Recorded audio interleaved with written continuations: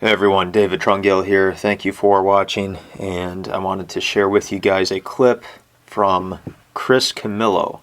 He turned $20,000 into $2 million, and when I heard his story, this is from a while back, but I found it to be very reminiscent of a Nicolas Darvas type trading method. So let's go ahead and listen to what he said. So Chris, you start with 20,000, you get it to 2 million. The question is, how do you size the position? In other words, you have your great idea, let's go buy Lionsgate. Let's say at that point you had, to make the number easy, $1 million of capital. Do you buy $500,000 to buy 100,000? Do you put all million? I mean, how do you size these trades? Well, for me, it was very simple. I essentially took roughly 20 to 40% of my portfolio and poured it into the next trade. Now, you can do that when you're only investing once or twice a year, but I invest with conviction.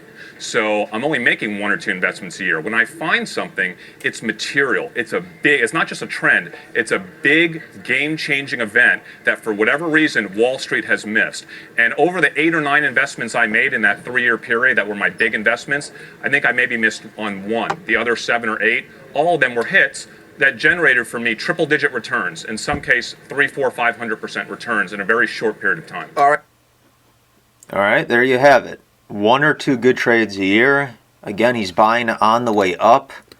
If we go back and look at Lionsgate, remember, the Hunger Games and the anticipation of the Hunger Games took place right here during this accelerating uptrend. And then once it hit the news, and again, the dividend was actually issued in Lionsgate. I believe the first one they started paying out was probably somewhere here towards the top.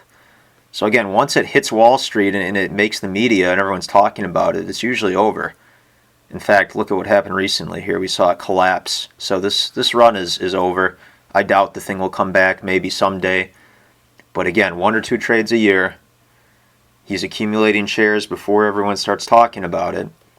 And again, he's putting a significant portion of his portfolio into those trades. Now, a lot of people will say that's super risky. Well, again, it all depends. I mean, if you have $200,000 in the bank and you open up a trading account with $50,000 and you put that into 1 or 2 trades and you have stop losses, it's not as risky as you might think, especially considering these companies tend to have a medium to higher market cap. If you're buying something with a market cap of $1 billion or more, the risk is not quite as severe as the public states.